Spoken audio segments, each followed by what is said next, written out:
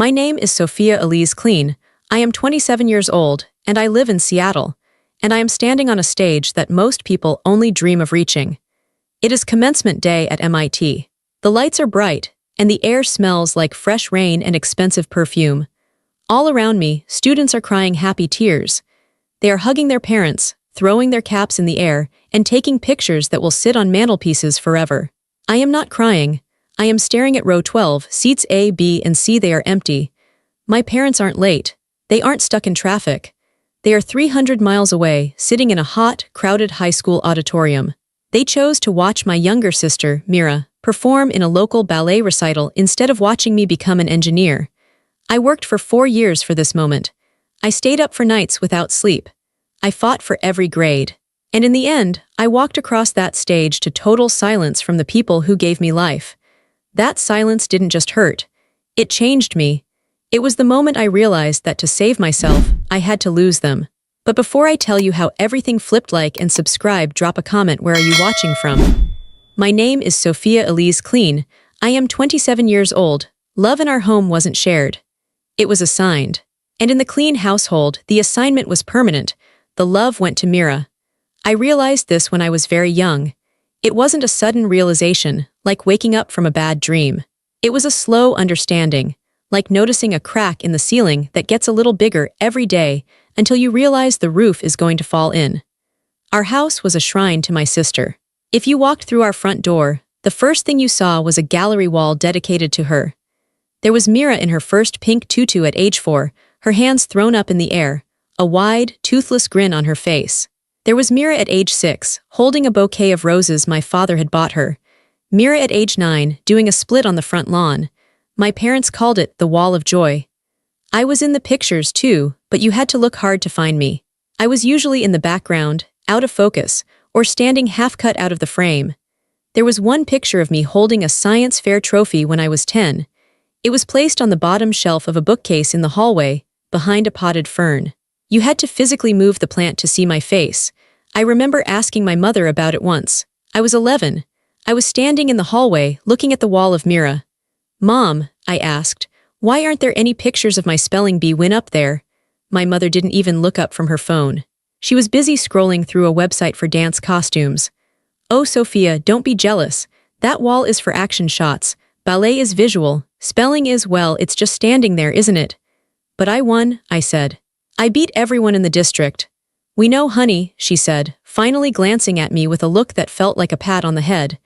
"We're proud of you, but Mira needs the confidence boost. Being on stage is hard pressure. You're naturally smart. You don't need the applause the way she does." That was the first time I heard it. You don't need it. It became the soundtrack of my childhood. Mira was 2 years younger than me, but she took up all the space in the room. She was loud, dramatic, and demanding. If she scratched her knee, the whole house stopped. My father would rush to get the first aid kit, my mother would offer her ice cream, and I would be told to be quiet so Mira could rest. When I was 12, I fell off my bike and gashed my elbow deep enough to need stitches. I walked into the kitchen, blood dripping down my arm onto the linoleum. My mother was on the phone with Mira's dance instructor, arguing about a solo role. She saw me, covered the phone with her hand, and whispered, "Sophia, please don't bleed on the floor. Wrap a towel around it.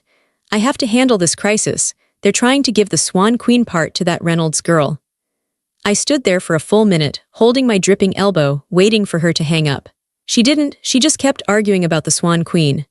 So I walked to the bathroom, washed the cut myself, wrapped it in a hand towel, and walked 3 blocks to the urgent care clinic.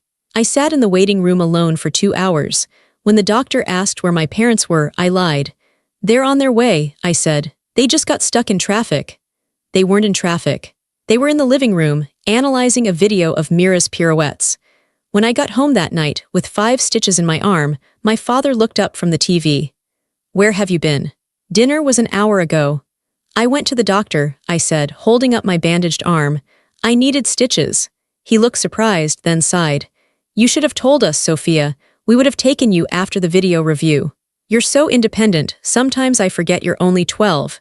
He didn't apologize. He complimented me on being independent.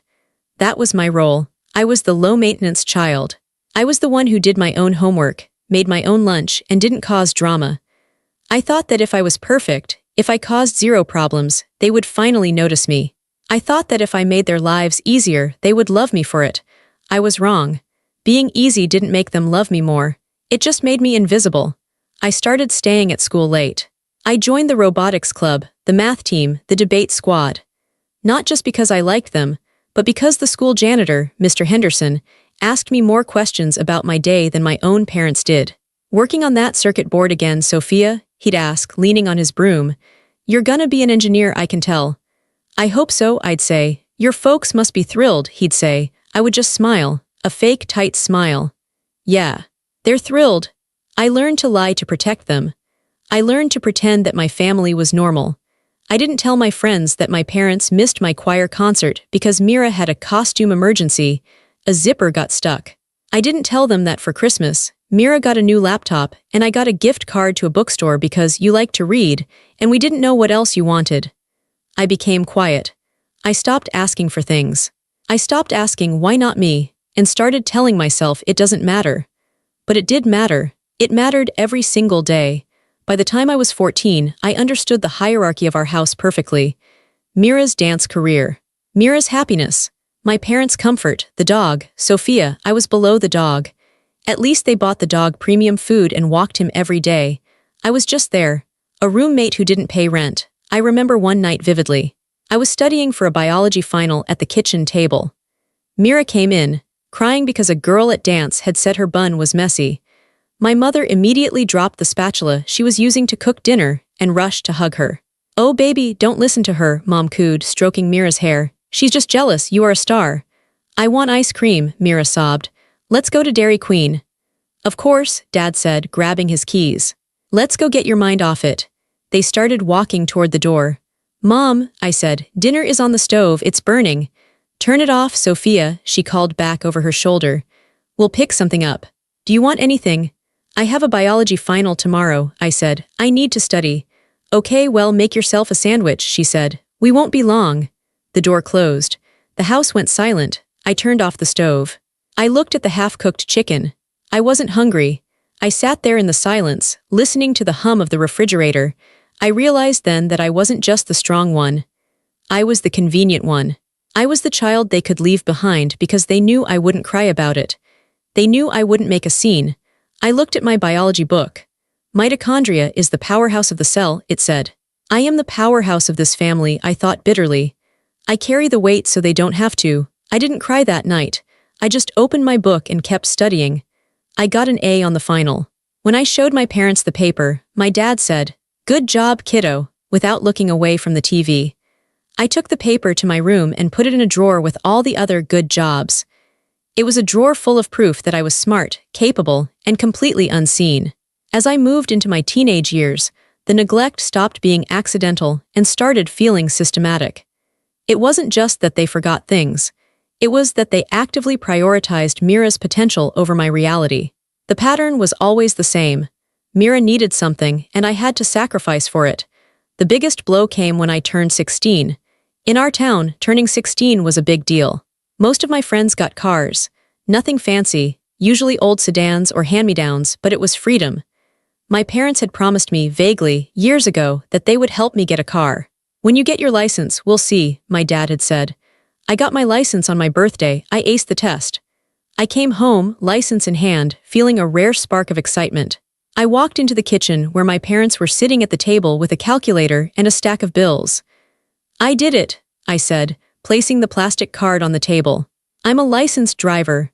"That's great, Sophia," Dad said, rubbing his temples. He looked stressed. "So," I started, trying to keep my voice casual.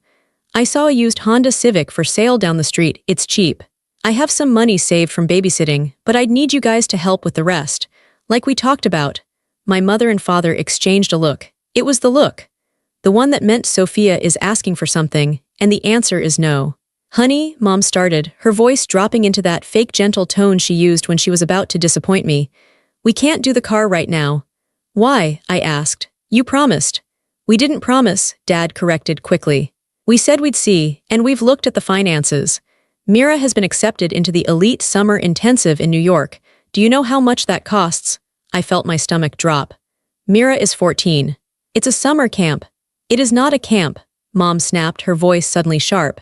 It is a pre-professional intensive. This is her future, Sophia. She has a real shot at a career in dance. We have to invest in that. But I need to get to school, I argued. I need to get to my robotics club. I need to get to my internship at the lab. There's a bus, Dad said. The city bus stops right at the corner. It's perfectly safe. The bus takes an hour, I said, my voice rising. Driving takes 10 minutes. If I take the bus, I can't do the morning shift at the lab. Then you'll have to quit the lab, Mom said, shrugging. Sophia, please don't be selfish. Your sister is talented. We all have to make sacrifices to support her. Selfish. The word slapped me across the face. I was the one with a 4 GPA. I was the one cooking my own dinners. I was the one asking for a used Honda while they were spending thousands on leotards and toe shoes and trips to New York. And I was the selfish one. I'm not being selfish, I whispered. I'm just asking for the same support you give her. It's not the same, Dad said, closing the checkbook. Mira is sensitive. She needs us. You, Sophia, you're tough. You're a survivor. You'll figure out the bus schedule. You always figure it out. They bought Mira a new set of luggage for her trip to New York the next day. It cost more than the down payment on the Honda would have been. I took the bus. For 2 years, I rode that bus. I woke up at 5:30 a.m. to catch the first route so I could get to the lab before school. I sat on the cracked plastic seats, watching the world wake up, feeling a cold, hard stone forming in my chest. Every morning, I watched my parents drive Mira to school because she couldn't carry her dance bag on the bus. It wasn't just the car, it was everything. When I was 17, I was named a National Merit Scholar. It was a huge honor. There was a banquet at the school. Parents were invited. I put the invitation on the fridge a month in advance. I reminded them weekly. Tuesday the 12th, I'd say, 7 p.m. Please don't schedule anything. We know, Dad would say. The morning of the banquet, Mira woke up with a sore throat. Just a sore throat. No fever, but she panicked. My voice, my breathing. I can't rehearse if I'm sick.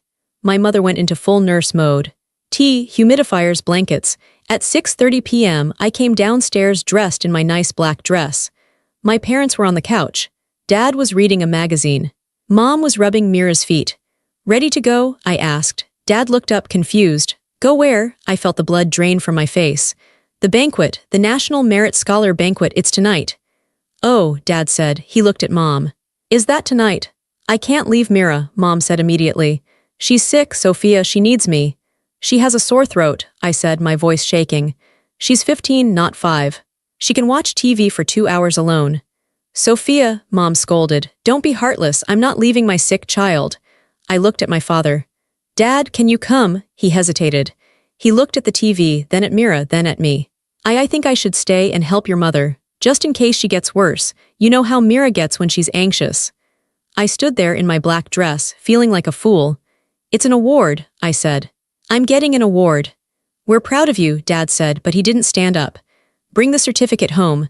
We'll put it on the fridge, not the wall, the fridge, where it would be covered by Mira's diet plan and dance schedule. I'll drive myself, I said.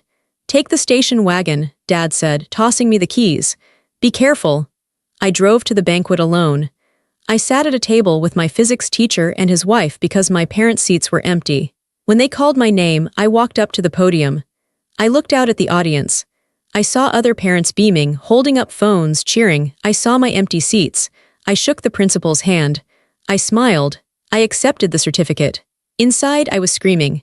When I got home, the house was dark. They had all gone to sleep. There was a note on the counter, leftover lasagna in the fridge. Congrats on the award. Love, Mom and Dad. I crumpled the note and threw it in the trash. I didn't eat the lasagna. That night, lying in bed, I made a pact with myself. I am leaving, I told the ceiling. I am going to work harder than anyone else. I am going to get into the best college in the country. And I am going to leave this house and never ask them for a single thing ever again. You're the strong one, they always said. Sophia will be fine. They used my strength as an excuse to neglect me. They punished me for being capable. Well, I decided then and there, I would be strong enough to walk away. I got into MIT early admission. When the acceptance letter came, I didn't run to show them. I didn't scream. I just placed the letter on the kitchen table during dinner. I got into MIT, I said, stabbing a piece of broccoli. Wow, Dad said. That's in Boston, right? Expensive. I got a full scholarship, I said. You don't have to pay a dime. Relief washed over his face. Not pride, relief. That's my girl, always looking out for the family budget. Mira's tuition is going up next year, so that helps a lot. Congratulations, Sophia, Mom said. But Boston is so far, who will help me with the garden? I'm sure Mira can help, I said. They both laughed, a genuine hearty laugh. Mira, gardening, Dad chuckled. She can't risk her hands. No, we'll just have to hire someone. They were willing to hire someone to replace my chores, but they couldn't spare a night to see me win an award. The patterns were set in stone. I was the utility player. I was the resource. I was the employee of the family, not the daughter. And as graduation from high school approached, I stopped expecting them to change. I just started counting down the days. But I was naive. I thought the high school years were the worst of it. I thought that once I left for college, the distance would make it better. I thought that maybe, if I did something truly massive, like graduating from the top engineering school in the world, they would finally, truly see me. I was wrong. The biggest hurt wasn't the daily cuts of childhood. It was the final, brutal stab that was waiting for me 4 years later. Graduation day smelled like fresh beginnings. The air in Cambridge was crisp, carrying the scent of the Charles River and the blooming flowers on campus. It was the kind of day that felt scripted for a movie. The sun was bright but not too hot. The sky was a perfect, unblemished blue. For my classmates, this was the best day of their lives. We were graduating from MIT. We had survived 4 years of the hardest engineering curriculum in the world. We had pulled all-nighters, cried over calculus, built robots that failed, and then built robots that worked. We were tired, but we were triumphant. I stood in the sea of black robes, adjusting my cap. My tassel tickled my cheek. Around me the noise was deafening. Parents were shouting names, waving signs, and blowing air horns. There was a frantic, joyful energy as everyone tried to spot their families in the massive crowd. I see them, my friend David yelled, waving his arms at a group of people in the bleachers. Mom. Over here, he turned to me, his face glowing. Soph, are your folks here yet? We should get a picture together with both our families. My stomach tightened. I checked my phone for the 10th time in 10 minutes. No texts, no missed calls. They're running a little late, I lied. The lie tasted like ash in my mouth. Flight delay, probably. Bummer, David said, but he was too happy to dwell on it. They'll make it for the walk, though. That's the important part. I nodded. Yeah, that's the important part. I had sent them the tickets 3 months ago. I had booked their hotel rooms myself using my savings from my summer internship. I had sent them the itinerary. Breakfast at 8, ceremony at 10, lunch at 1. 2 days ago, my mom had called. We're so excited, honey, she had said. But Mira has a dress rehearsal for her spring showcase the night before. We might be tired. It's okay if you're tired, I had said. Just be there, please. Of course, she said. We wouldn't miss it. I looked up at the bleachers. I knew exactly where their seats were. Section 104, row 12, seats A, B, and C. I scanned the crowd. I saw hats, sunglasses, balloons. I counted the rows. 10, 11, 12. There they were. 3 gray folding chairs, empty. Maybe they were in the bathroom. Maybe they were getting coffee. Maybe they were lost on campus. The ceremony began. The dean started speaking about the future, about innovation, about how we were the leaders of tomorrow. I tried to listen, but my ears were ringing. I kept glancing back at section 104. 10 minutes passed. The seats were empty. 30 minutes passed. The seats were empty. An hour passed. The sun shifted. The glare hit the metal of the empty chairs, making them shine like beacons of rejection. I started to feel a cold sweat on the back of my neck. They weren't coming. My rational brain tried to fight the panic. Maybe there was an accident. Maybe the plane crashed, but deep down I knew there was no accident. If there had been an accident, someone would have called. This was a choice. Then the names began. Alvarado, Mateo, cheers. Anderson, Sarah, air horns. Baker, Emily. A father screaming, "That's my girl." The line moved forward. I was getting closer to the stage. My heart was pounding, not with excitement but with dread. I was about to walk across the stage in front of thousands of people, and the only people who mattered to me were 300 miles away. I saved 3 seats, I whispered to myself. I saved them. It felt childish. Like saving a slice of cake for a friend who never shows up. Clean, Sophia. The announcer's voice boomed over the speakers. I stepped onto the stage. The lights were blinding. I looked out into the ocean of faces. I looked directly at section 104. Empty, empty, empty. There was a polite ripple of applause from the general audience, the kind of applause strangers give just to be polite. But there were no screams, no whistles. No, that's my daughter. Just a hollow, echoing silence where my family's love should have been. I shook the dean's hand. He smiled at me, a generic, proud smile. "Congratulations," he said. "Thank you," I said. My voice was steady. My face was a mask. I walked across the rest of the stage. I descended the stairs. I went back to my seat. I didn't cry. I was too shocked to cry. I felt numb, like I had been given a shot of Novocaine straight to the heart. I sat there, clutching my diploma, the piece of paper that proved I was smart, dedicated, and successful.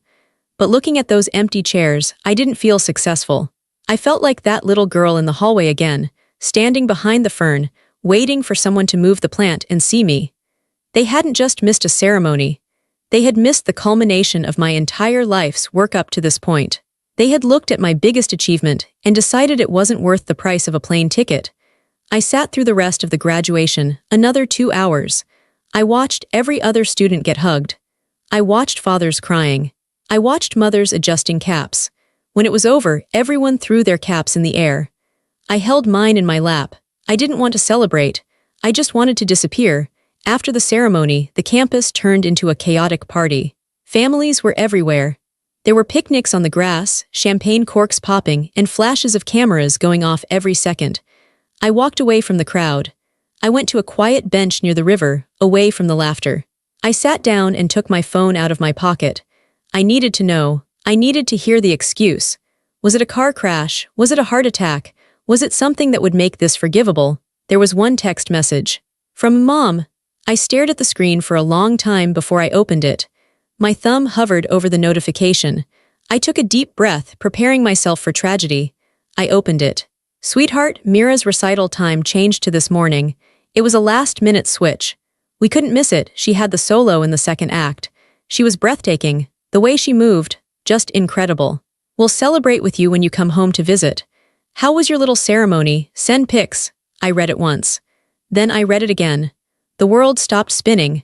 The sounds of the river, the traffic, the distant cheering, it all faded into a buzzing white noise. I dissected the message like a biology specimen. Mira's recital time changed. So they chose. They had a conflict and they made a choice. MIT graduation or a local dance recital. They chose the dance. She was breathtaking. They were there, in that sweaty high school auditorium, watching her. They were probably holding flowers. They were probably crying tears of joy for her pliés while I was walking across a stage alone. "We'll celebrate when you come home." An afterthought, a rain check on my life. But the words that killed me, the words that took a knife and twisted it in my gut, were, "How was your little ceremony?" Little, my MIT graduation. The result of 4 years of grinding work. The sleepless nights in the lab. The physics problems that made me cry. The loneliness of riding the bus at 6 a.m. The scholarships I won so they wouldn't have to pay, all of it. Reduced to little. Little ceremony, like it was a kindergarten graduation where we wore paper hats, like it was cute, like it was a hobby. Something inside me snapped. It wasn't a loud snap. It wasn't a scream. It was a quiet, internal breaking of a bone that had been under pressure for 22 years. For my entire life, I had been making excuses for them. They're busy, they're stressed. Mira needs more help. They love me, they just show it differently. I looked at the text again. How was your little ceremony? This wasn't love. This wasn't showing it differently. This was dismissal. This was emotional erasure. They didn't see me. They didn't want to see me. To them, I was just a background character in the movie of Mira's life. I was the extra, and extras don't get the spotlight, even when they earn it. I looked at the river. The water was dark and moving fast. I realized then that if I went home, if I went back to that house, nothing would change. I would walk in with my MIT diploma, and they would say, "That's nice, honey," and then tell me to be quiet because Mira was sleeping. I would always be little to them. I felt a tear finally roll down my cheek. It was hot and angry. "No," I said out loud. The word felt strange in the open air. "No," I said again louder. I wasn't little, I was an engineer. I was strong, I was a survivor. And I was done begging for scraps at a table where I wasn't welcome. I didn't reply to the text. I didn't type out a furious paragraph. I didn't call them screaming. I looked at my phone. I went to my contacts. I clicked on Mom, scroll down, block caller. I clicked on Dad, scroll down, block caller. I clicked on Mira. She hadn't even texted me. She was probably too busy being breathtaking. Block caller. I stared at the screen. The names were grayed out. The connection was severed. It felt terrifying. It felt like I was cutting the rope that held me to the side of a cliff. But as I sat there, watching a rowing team cut through the water, another feeling washed over me. Relief. I didn't have to wait for them anymore. I didn't have to check the empty seats. I didn't have to fight for the bottom shelf of the display case. I stood up. I wiped my face. I picked up my diploma. I walked back toward my dorm room. I had a lot of packing to do. I had a job offer in Seattle, a city on the other side of the country, a city where nobody knew me as Mira's sister or the easy one. I was going to Seattle. And I wasn't telling them. The text message was the last thing my mother ever said to the old Sophia. The Sophia who desperately wanted their approval died on that bench by the river. The woman who stood up was someone else entirely. And she had work to do. I didn't scream. I didn't throw my phone into the Charles River. I didn't write a 10-page letter explaining my pain. I just went quiet. There is a specific kind of silence that comes after a final decision. It's not peaceful exactly. It's heavy. It's the sound of a door locking that you know will never open again. I walked back to my dorm room. It was chaos. My roommates were packing, laughing, and drinking champagne with their parents. My roommate Sarah was hugging her mom. "Sophia," Sarah chirped, "did your folks make it? We missed you at the reception." "No," I said. My voice sounded flat like a computer. "They couldn't make it. Flight issues." I lied easily now. "It was a shield." "Oh no, that's awful," Sarah's mom said, looking at me with genuine pity. "Well, come have some cake with us. You shouldn't be alone." "I have to pack," I said. "I have a flight to catch in the morning." I walked into my small room and shut the door. I locked it. I pulled my suitcase out from under the bed. It was the same cheap suitcase I had used since freshman year. I started packing. I didn't fold things nicely. I just put them in. My clothes, my books, my toiletries. I came to the framed photo on my desk. It was taken 3 years ago at Christmas. My parents were sitting in armchairs, smiling. Mira was sitting on the floor between them, holding the dog. I was standing behind the chair, half of my face obscured by a shadow. I looked at the photo. I looked at their smiles. They looked so happy. They looked like a perfect family. I realized I wasn't part of the family. I was the photographer. I was the observer. I was the shadow.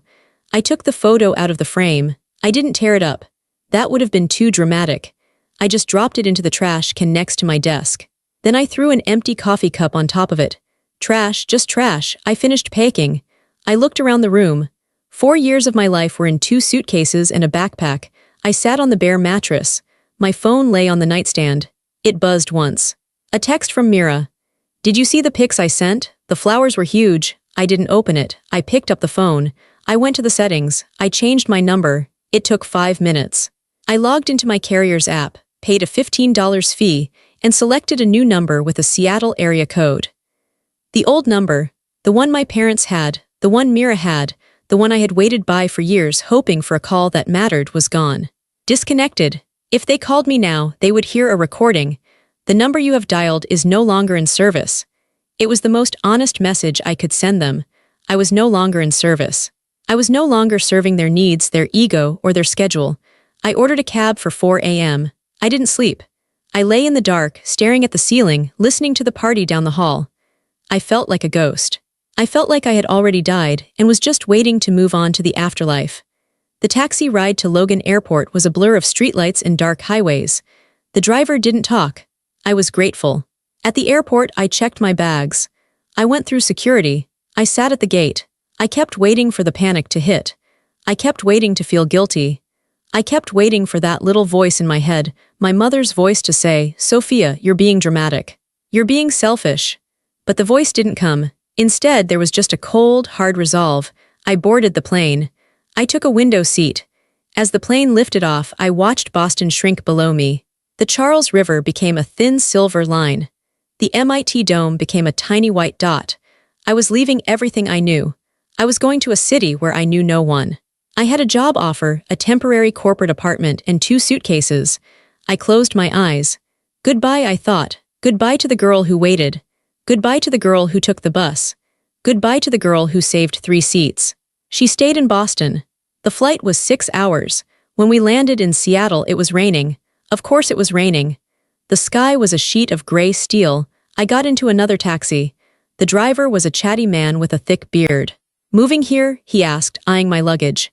"Yes," I said. "Family here?" he asked. I looked out the window at the pine trees and the wet pavement. "No," I said, "no family." And for the first time in my life, saying those words didn't hurt. They felt like Freedom Seattle wasn't an escape. It was a reconstruction project. I treated my recovery like an engineering problem. The structure of my life had collapsed due to a faulty foundation, my family. To build a new life, I needed new materials, better supports, and a design that didn't rely on external validation. I moved into a small apartment in Capitol Hill. It wasn't fancy. It had creaky floors and a radiator that clanked in the middle of the night. But it was mine. I paid the rent. I bought the furniture.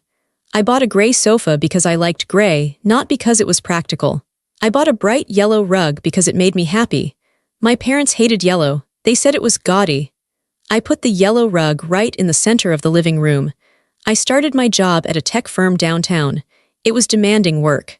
I was a junior systems engineer. I spent my days coding, testing, and debugging. The office culture was different from what I expected. People were kind. My manager, Leo, was a gruff man in his 50s who always smelled like bitter coffee. The first week, I made a mistake on a code deployment. I froze. I expected yelling. I expected to be told I was careless. I expected the mirror treatment, where my mistake would be held over my head for months. I walked into Leo's office, my hands shaking. "I messed up the deployment," I said. "I'm sorry, I'll fix it tonight." Leo looked up over his glasses. "Did you break the whole site?" "No, just the login widget." "Okay," he said. "Fix it, then go home. It's 5 p.m. I blinked. "You're not mad," he laughed. "Sophia, you're human. Humans break things. Engineers fix things. Just fix it." I went back to my desk and fixed it. No drama, no guilt trip. Just work. That was the first lesson. Mistakes are not moral failures. I made friends slowly. I was like a stray cat, wary, flinching at sudden movements. Priya sat in the cubicle next to me. She was loud, funny, and brought homemade granola bars every Monday. For 3 months, I politely declined them. "I'm not hungry, thank you," I'd say. One Monday, I hadn't eaten breakfast. My stomach growled. Priya tossed a bar onto my desk. "Eat it clean. It's got chocolate chips. You look like you're fading away." I ate it. It was delicious. "Thank you," I said. "Anytime," she said. Us girls gotta stick together in this brofest. Slowly, Priya chipped away at my walls. She invited me to lunch, then to happy hour, then to a hiking group. Through Priya, I met Jenna. Jenna was a kickboxing instructor. She was fierce and angry in the best way. She taught me how to punch a bag. "Imagine the face of someone who pissed you off," Jenna yelled during a class. I imagined the empty chairs. I imagined the little ceremony text. I punched the bag so hard I bruised my knuckles. "Good," Jenna screamed. "That's the fire, Sophia, let it out." For the first time, I had an outlet for the rage I had swallowed for 20 years. I wasn't the quiet one in that gym. I was a fighter. The biggest test came 6 months after I moved. My birthday. Birthdays in the clean house were always disappointing for me. They usually combined my birthday with a family dinner that ended up being about Mira's schedule. Or they would give me practical gifts. Socks, a calculator, a gift card to the grocery store, while Mira got jewelry and tech. I didn't tell anyone at work it was my birthday. I didn't want the pity. I planned to buy a cupcake, go home, and watch a movie alone. I walked into the office that morning. On my desk, there was a small succulent plant in a white pot, and a card. I opened the card. "Happy birthday, Sophia. Glad you're on the team. Leo, Priya, and the dev squad." It wasn't a big party. It wasn't a car, it was a $5 plant, but they knew. They had checked the HR file or remembered me mentioning it once. They remembered. I sat in my chair and stared at the plant. My throat got tight. "You okay?" Priya asked, rolling her chair over. "Is it the wrong kind of plant? I guessed you liked succulents because you have that cactus background on your screen." She had noticed my screen background. She had noticed. "It's perfect," I choked out. "I love it." "Happy birthday, smarty pants," she said, bumping my shoulder. "Drinks tonight on me." That night, surrounded by people I had known for less than a year, I felt more seen than I had in 2 decades with my family. I realized something profound. Family is not blood. Family is behavior.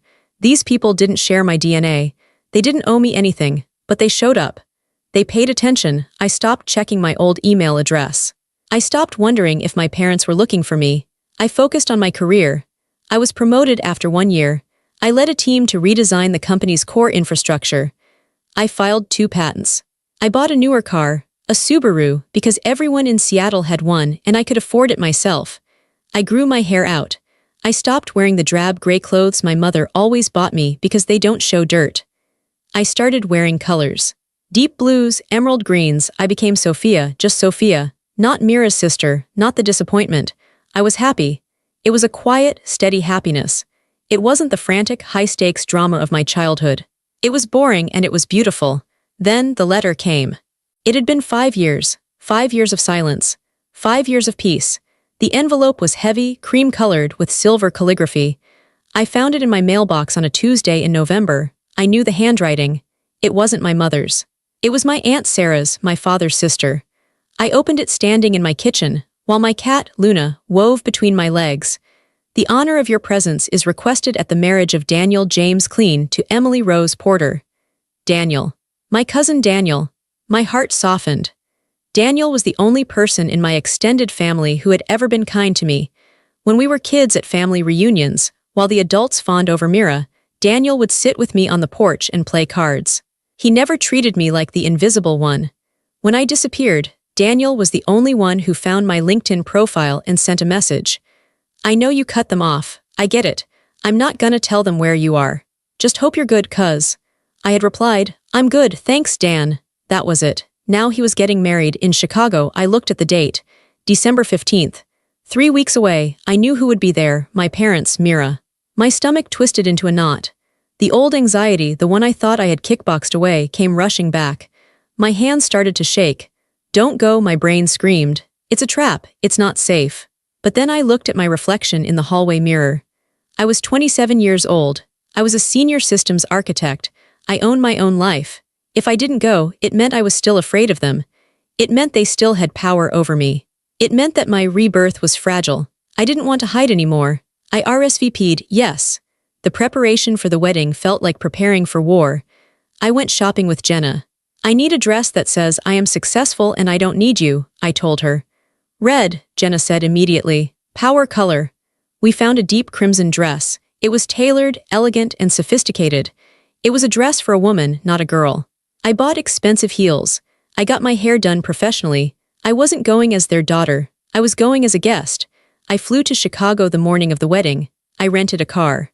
I booked a hotel room on the other side of the city from the venue, so there was zero chance of running into them at breakfast. I drove to the church. My heart was hammering against my ribs like a trapped bird. Breathe, I told myself. You are Sophia Clean. You build systems. You solve problems. This is just data. I walked into the church. I slipped into a pew in the back on the groom's side. I saw them immediately. They were in the second row. My father's hair was whiter. My mother looked smaller. She was wearing a pale blue dress, and Mira. She was sitting next to them. She looked exactly the same, just older. She was wearing a dress that was slightly too flashy for a church wedding, sequins, low cut. She was checking her makeup in a compact mirror during the prelude music. They didn't see me. I watched the ceremony. I watched Daniel marry Emily. I cried a little because Daniel looked so happy. Then came the reception. This was the dangerous part. I walked into the ballroom. I found my table. Table 18, far from the head table. Good, Daniel had protected me. I sat down. I ordered a glass of wine. I chatted with the strangers at my table, friends of the bride from college. They asked what I did. I'm a software engineer in Seattle, I said. Oh, wow, that's impressive, they said. It felt good to be a stranger. Then I felt a hand on my shoulder. I froze. I knew the weight of that hand. I knew the smell of the perfume, lavender, and hairspray. I turned around. My mother was standing there. My father was a step behind her. They looked like they had seen a ghost. Sophia, my mother whispered. Her voice was trembling. I stood up. I was wearing heels, so I was taller than her now. I looked her in the eye. Hello, mother. Hello, father. My voice was calm. It was the voice I used in board meetings. You're here, my dad said. He looked older, tired.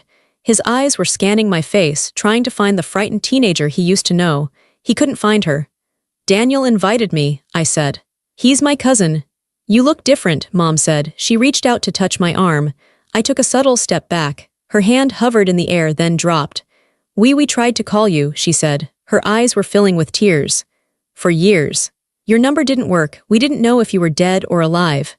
I'm very much alive, I said. Why? She asked. The tears spilled over. Why did you do this to us? You just vanished. You broke our hearts, Sophia. The audacity of it took my breath away. I broke their hearts. The old Sophia would have apologized. The old Sophia would have stuttered and tried to explain. The new Sophia took a sip of wine. I didn't vanish, I said clearly. I graduated and you weren't there. Is this about the graduation? Mom said, her voice rising slightly, gaining that defensive edge I knew so well. Sophia, that was 5 years ago. It was a mistake. A scheduling conflict. You cut us out for 5 years because of one missed ceremony. She still didn't get it. She thought it was about one day. It wasn't one day, I said. It was every day. People at the nearby tables were starting to look. I didn't care. It was the graduation, I continued, ticking off items on my fingers. It was the car. It was the spelling bee. It was the stitches I got alone. It was the text message where you called my degree little. It was the fact that I was never your daughter. I was just the audience for Mira. That's not true, Dad interjected. We loved you both equally, I laughed. It was a dry, humorless sound. Dad, I said, be honest, just this once, be an engineer about it. Look at the data. Who has a wall of photos? Who got the car? Who got the attention? Who got the empty seats? He opened his mouth to argue, but then he closed it. He looked at Mira, who was at the bar, laughing loudly, not even looking for them. Then he looked at me standing tall, successful, and completely cold. The truth hit him. I saw it land. We did the best we could, Mom sobbed. Parenting is hard. I know it's hard, I said, but you didn't just fail. You didn't even try with me. You chose her, over and over again. And that's fine, it's your right to choose. I leaned in closer. But it's my right to choose too, and I chose to leave. My mother looked shattered. She looked small. The giant, terrifying figure of my childhood was just an old woman in a blue dress who realized she had made a mistake she couldn't fix. Can we fix this? Dad asked. Can we start over? I looked at them. I felt a pang of sadness. I missed having parents, but I missed the idea of parents. I didn't miss these people. I don't know, I said honestly. Please, Mom whispered. Just unblock us. Let us talk to you. I'll think about it, I said. I turned back to my table. Enjoy the wedding. I sat down. My hands were shaking slightly, but my heart was steady. I had faced the monsters, and they weren't monsters. They were just people, flawed, selfish, sad people. And I was free. The morning after the wedding, I woke up in my hotel room with a headache. It wasn't a hangover, it was an emotional hangover. The adrenaline of confronting my parents had worn off, leaving me feeling hollowed out and exhausted. I ordered room service, coffee, toast, fruit. I sat by the window, looking out at the gray Chicago skyline, watching the snow flurry against the glass. My phone on the bedside table buzzed. It was an unknown number, a Chicago area code. I knew who it was. I stared at the screen. My instinct was to ignore it. I could pack my bags, drive to the airport, fly back to Seattle, and pretend the night before never happened. I could disappear again. It was easy now. I knew how to do it, but something stopped me. Running away was what I did when I was powerless. I wasn't powerless anymore. I picked up the phone. Hello, Sophia, it was my father. His voice sounded rough, like he hadn't slept. Hi, Dad, I said. There was a long silence on the line. I could hear him breathing. I could hear the faint sound of a TV in the background, probably the news. It sounded so domestic, so normal, it made my chest ache. I got your number from Daniel, he said. I hope that's okay. I bullied him into it, actually. It's okay, I said. Your mother is asleep, he said. She cried all night. I didn't say anything. I didn't offer comfort. That wasn't my job anymore. I wanted to call you, he continued, his voice cracking slightly, because I couldn't sleep. I kept thinking about what you said. About the data. My father was an accountant. He understood numbers. He understood ledgers. I sat up all night, he said, and I made a list in my head of the last 10 years. He paused. I couldn't remember your high school graduation speech, he whispered. I know I was there. I know you gave one. But all I remember is worrying about Mira's shoes because they were pinching her feet. I closed my eyes. Hearing him admit it was vindication, but it was also a fresh wound. I remember, I said softly. I talked about resilience. Yeah, he said. A heavy sigh rattled through the phone. You did. You lived it. Why are you calling Dad? I asked. I needed to know the goal. To tell you that you were right, he said. The words came out in a rush, like he had to get them out before he lost the nerve. You were right, Sophia. We failed you, we got so caught up in the noise of Mira. She was so loud, her problems were so big. And you were so quiet, you made it easy for us to ignore you. And we took the easy way out. I wasn't quiet because I wanted to be, I said. I was quiet because nobody listened. I know, he said. I know that now. And seeing you last night, seeing the woman you became, God, Sophia. You built a whole world without us. You're successful, you're strong, you're confident. He took a jagged breath. And the worst part is you had to be. We didn't help you build any of that. You did it in spite of us. Yes, I said. I did. I'm so sorry, he wept. It was the first time I had ever heard my father cry. I am so sorry. I sat there, holding the phone, listening to his sobs. 5 years ago, this apology would have fixed everything. 5 years ago, I would have rushed to comfort him. I would have said, "It's okay, Daddy, I forgive you." But I wasn't 22 anymore. "Thank you for saying that," I said. My voice was gentle but firm. I needed to hear it. "Can we fix it?" he asked again, desperation in his voice. "Can we come visit you in Seattle? Can we be part of your life? I want to see your apartment. I want to meet your friends." I looked out the window at the snow. I thought about my yellow rug. I thought about Leo and Priya. I thought about the peace I had built. If I let them in, I let the chaos in. If I let them in, I let Mira in. I let the judgment in. I let the old patterns try to re-establish themselves. "I don't think so," I said. "Not right now." "But I apologized," he said, sounding confused. "We're your parents." "I know," I said. "But forgiveness isn't a light switch, Dad. You can't just flip it on because you finally realized the room was dark. You left me in the dark for 20 years. "So that's it?" he asked. "We're just strangers."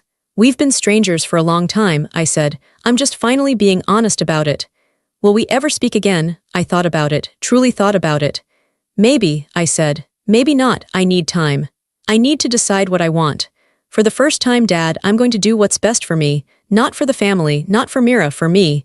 He was silent for a long time. "Okay," he said finally. His voice was defeated. "Okay.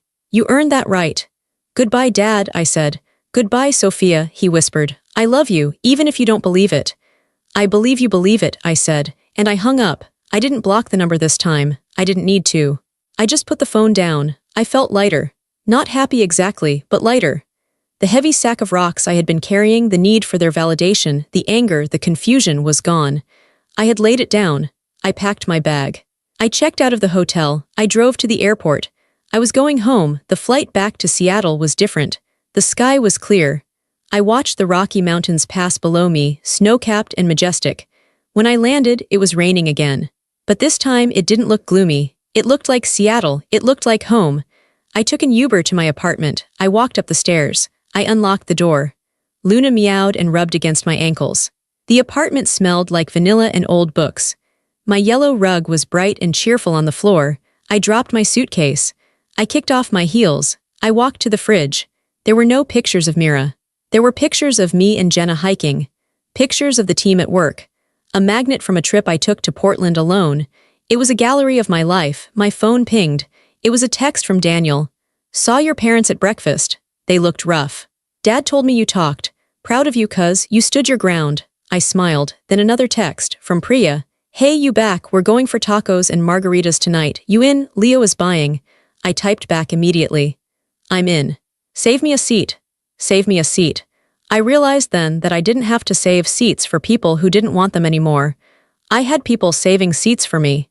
I went into my bedroom and changed out of the power dress. I put on my favorite oversized sweater and leggings. I looked in the mirror. I looked tired, but my eyes were bright. I thought about my parents. I knew they were hurting. I knew they were probably sitting in their kitchen right now, looking at the wall of joy, realizing it was a shrine to their failure, not their success. I felt a twinge of pity, but it wasn't my burden to carry. I had spent my childhood trying to be fine so they wouldn't have to worry. I had spent my adolescence trying to be invisible so I wouldn't be a burden. Now I was just Sophia. I wasn't a victim anymore. Victims are things that happen to people. I was a survivor. I was an architect. I was a woman who had walked through the fire of neglect and come out the other side made of steel. I grabbed my keys. I kissed Luna on the head. "I'm going out," I told the cat. "I'm going to be with my family." I walked out the door and into the rain. The cool water felt good on my face. I walked toward the taco place, my steps light, my head high. I didn't win the moment they apologized. I didn't win the moment I confronted them. I won right now. In this quiet, rainy moment. I won because I was walking toward people who loved me, in a city I chose, living a life that belonged, finally, completely to me. If you've ever been the strong one, the unseen one, the one who waits for love that never comes, listen to me. Stop waiting. Stop saving seats. Stop making yourself small. Pack your bags, block the number, build your own house. The view from here is beautiful.